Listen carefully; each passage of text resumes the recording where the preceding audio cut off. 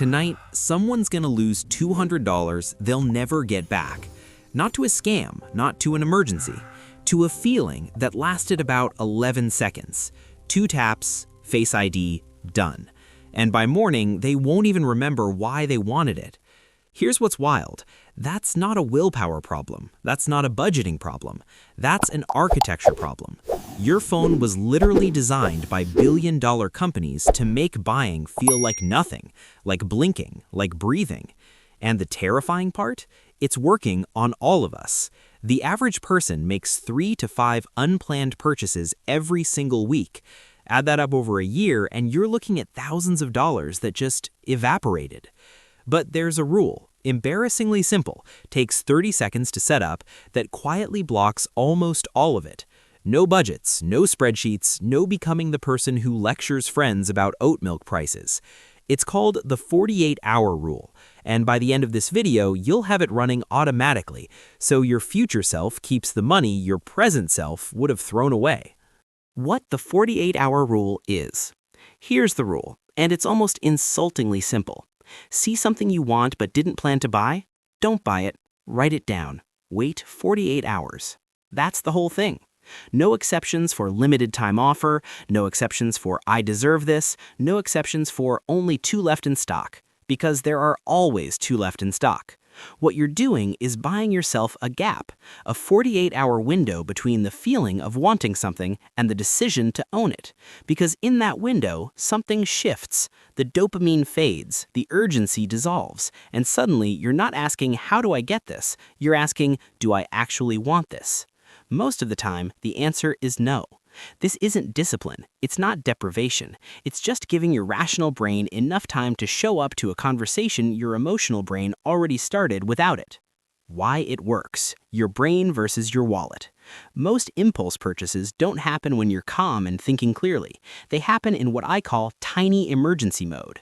You're exhausted, you're bored at 11 p.m., you're stressed and you feel behind, and then you see someone online living a version of your life that looks better than yours, and your brain, trying to help, does the only thing it knows how to do fast. It tries to buy the feeling. And the entire architecture of online shopping exists to make sure you don't sober up before you check out. One-click purchase, stored card, auto-filled address, Face ID. The friction that used to save you, physically driving to a store, typing in your card number, actually pausing, has been engineered away. Not for your convenience, for their conversion rate. Speed is the product, and speed kills intention. Here's what the research actually shows. When checkout becomes frictionless, spending goes up. Not because people want more, but because the moment of hesitation that used to protect them is gone. That's exactly what the 48-hour rule puts back. It doesn't ask you to want less, it just inserts a gap between wanting and buying. And in that gap, something quietly happens. Most of the want just disappears. Because here's the truth nobody in e-commerce wants you to realize. A lot of what you think are desires are just emotions with a price tag on them. Boredom dressed up as a new jacket, anxiety wearing the face of a kitchen gadget, loneliness that looks for about 45 seconds exactly like something in your cart. Give it 48 hours. Watch how many of them vanish. The thousands of dollars per year math. Let's talk about what this actually costs you. When people hear save thousands a year, they picture some dramatic overhaul. No more restaurants, no more fun, a life that feels like a punishment. That's not what this is. The damage isn't usually one big, stupid decision. It's a pattern. Small, frequent, unplanned purchases that each feel completely survivable in the moment. It's only $25. And that's true, once. But only $25 stops being innocent the moment it becomes a habit. And for most people, it already has. Then there's the multiplier nobody talks about, subscriptions. The average adult is quietly bleeding around $90 a month to services they barely use, free trials they forgot to cancel, and apps that have been charging them since 2022 without a single conscious decision to keep paying. That's money leaving your account on autopilot. Impulse purchases work the same way. They slip under your radar precisely because none of them feel like the decision. They're individually survivable. Collectively, they're a leak you don't notice until your account balance makes no sense. Now watch what the 48-hour rule actually does to the math. Say it stops just 2 unplanned purchases a month, $40 each. That's $960 back in your pocket every year. 4 purchases, nearly $2,000. And those are conservative numbers because they don't account for something subtler, the quality of the decisions you make when you wait. Maybe after 48 hours, you find it used for half the price. Maybe you find something better. Maybe you open your closet and realize you already own the thing you were about to buy again.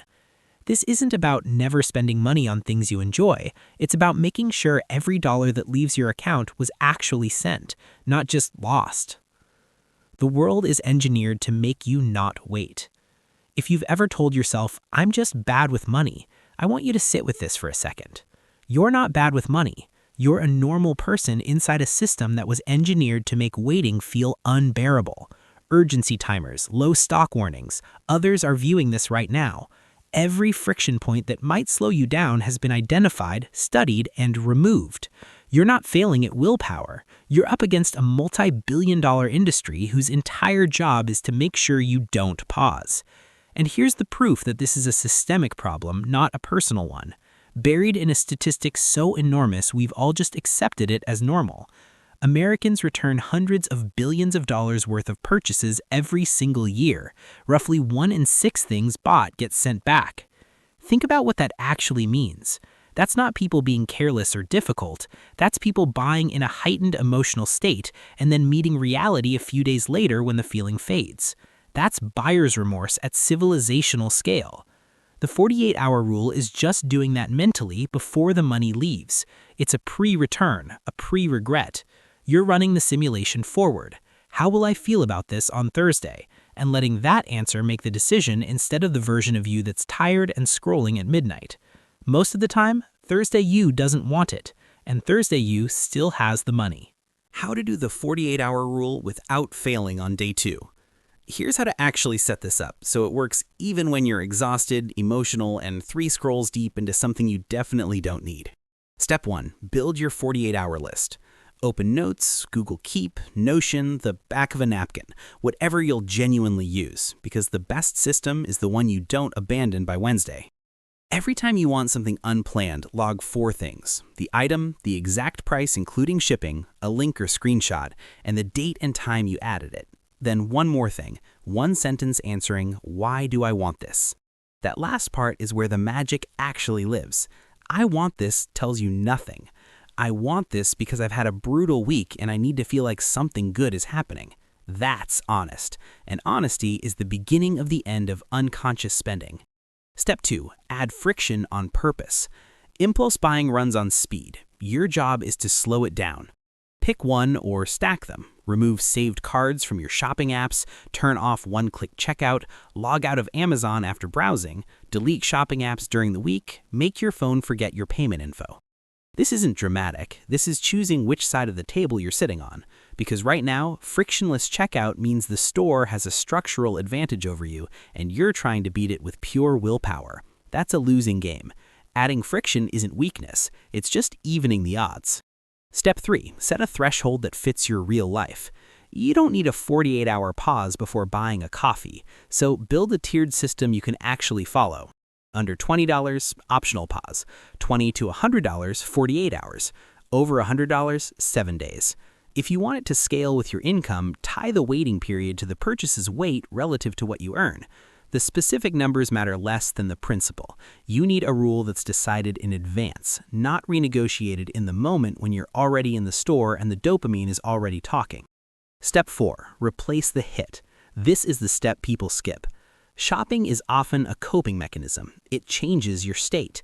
And if you take it away without replacing what it was doing, you'll cave. Not because you're weak, but because something was filling a need and now nothing is.